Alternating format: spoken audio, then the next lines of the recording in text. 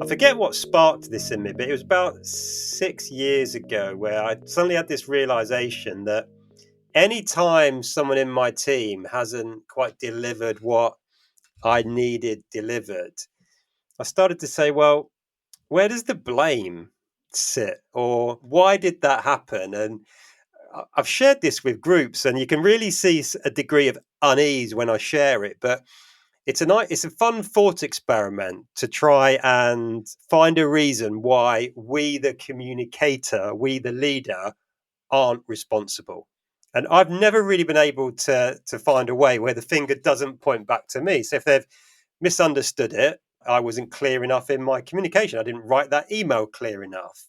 If the person couldn't deliver on time because they had other stuff on, well, I didn't fully appreciate what else they was working on. I didn't help them prioritize.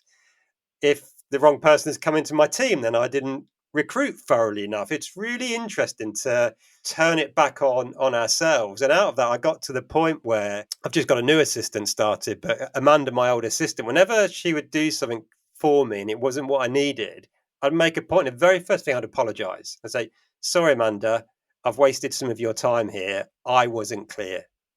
And I said, this is what I need. And I think a lot of the time it's because we're working at pace, right? And some of the context that's in our head doesn't make it out of our mouth or onto the document that we're producing. So I guess it's back to understanding, to your point, that kind of power and control rest with us rather than trying to appoint blame everywhere else. Absolutely. And I love what you're saying because it's factually correct. But here's my argument. Even if it wasn't, which it is, Yeah. it's still our advantage to take responsibility of the situation.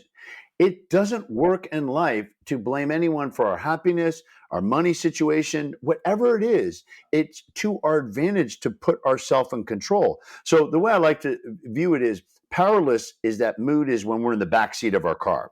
Conditionally powerful is we're in the front passenger seat. We're trying to urge the driver. Yeah, nice. But unconditionally powerful is when we're driving our own car. And there's so many things. So let's talk about another tool out of the book that people can use, and I've been teaching, which is how to reframe the situation, right? So somebody isn't moving. We can say, well, you just got to work harder or whatever. But maybe we can reframe the entire situation. So in the book, I've identified my 3 favorite reframes. One of them is to reduce the frame. And that is where we look at a situation that's very complicated and we make it simple. And we might say to someone, okay, while this is a major transformation, I do a lot of stuff with change. And I've worked with a lot of leaders on this, and they'll say, well, people aren't moving. And so because it's too complicated. What you want to do is say, although the vision is huge, what I need you to focus on within the next month or quarter is just focus on these few things. So if we reduce the frame, it actually has people move forward. Confusion causes delay. And a great example of this is you go to a restaurant, and if the menu is many, many pages, you'll see people like scouring over it or trying to do this. But it's interesting that some of the best restaurants have limited the choices, right? And so by limiting the choices, it actually helps us move forward. So, for example, do we say to our boss or someone, well, what would you like me to do? Or do we say, give me some ideas of what to do? Or do we say, I've studied the situation and I've identified these 3 actions. My number one recommendation is this: do I have your approval to move forward? That would be an example of how we've taken a situation that we want our boss to help us with and reduce the frame. Or as a leader, if we want a lot of people to move, how to make something that's complex simple. That's all about reducing the frame. We can talk about other reframes, but the point being is that we can create a different context, a different frame that actually gets people moving. And that's, again, if it isn't working, how do I reframe the situation so people will move forward? Hey, before you go, let me tell you about what is possibly the most exciting development in the entire history of my business. It's called Ben AI.